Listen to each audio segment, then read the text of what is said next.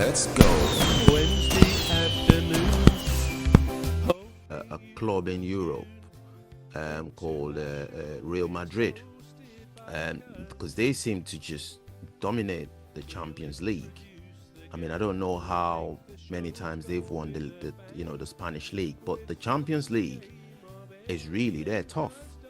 And I'm thinking, well, if that law really applies in football, what's stopping it from applying to Real Madrid? And that's what stops me in my track when I think of that. But the law of diminishing return, I mean, there's only that much championing you can do. You know, you can only be a champion for so long before, you stop, I mean, should we really be worried about Manchester City? Because from people's point of view, they're not doing bad. I mean, they are still within finishing in the top four, so they're not really. They're not really. I don't think their situation is critical, but it's just because of the sort of reputation that Pep Guardiola's had. With always winning, that winning mentality. I think that's why it's then being judged by it. It's like a singer as well. If you have a singer or a songwriter, dominating the charts, releasing number ones, the pressure piles on then. You don't want to release a song that will then flop, because you've got to keep up to that high expectation. And I think that's what it is, rather than a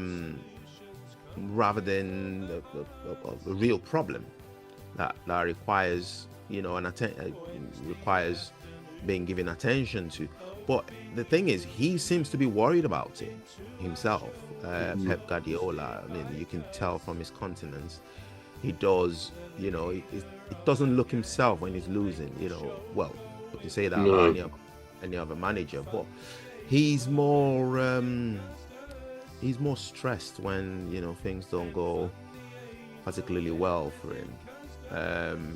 So I hope the big spend they've done this, they've had this January window. I hope he improves things.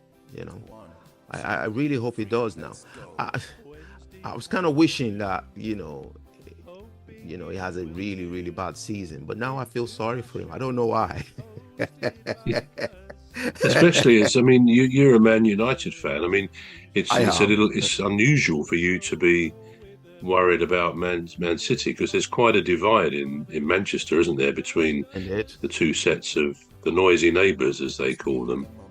But I agree with you. I think most football fans, most neutral football fans, certainly think a lot of Guardiola, as I think a lot of people did of Jurgen Klopp as well, because they are probably at the top of their game, and the two of the top, if not the two top managers in the world in their time.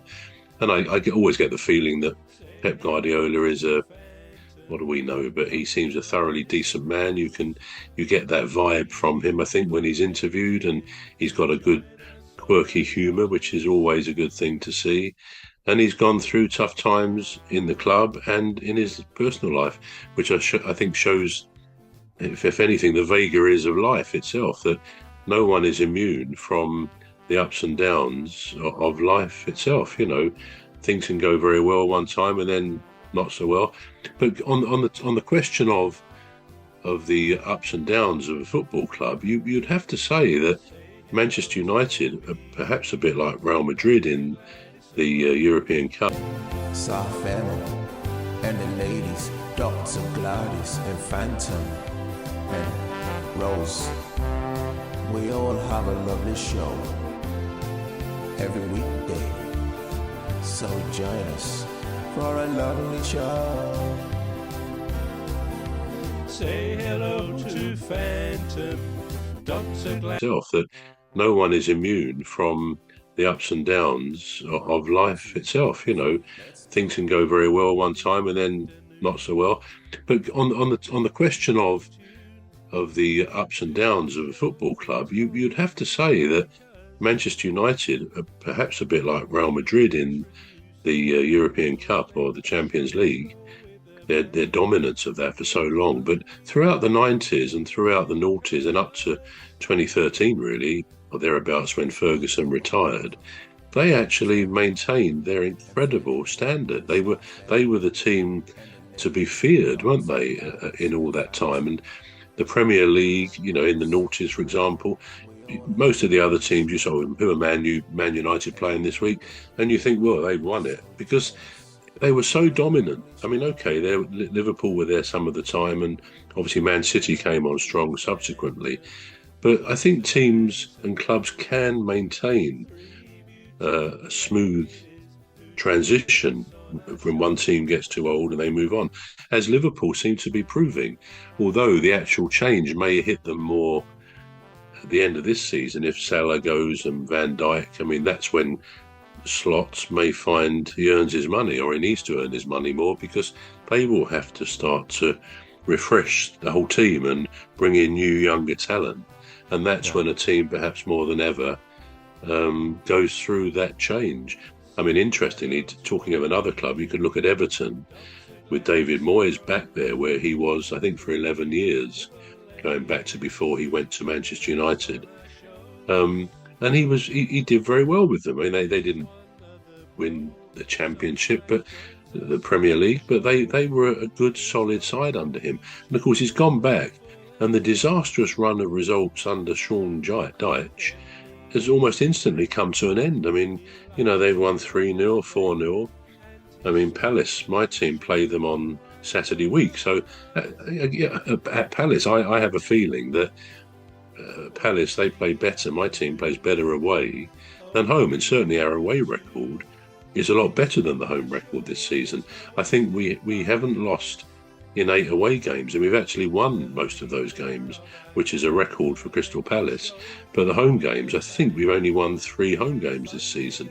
If we'd done as well at home as away, we'd be up there probably in the top 6, something like that. But yeah, this is what happens with football teams. They get more confidence in one environment, and occasionally it is in the away setting. So yeah, it'll be interesting to see how Man City, how they develop. Now they've got some new players, how they finish their season, the second half of the season, and what happens to Pep. I sometimes have a thought that maybe, I know he signed another 2-year contract. Soft family and the ladies, Dr. Gladys and Phantom and Rose. We all have a lovely show every weekday, so join us for a lovely show. Say hello to Phantom.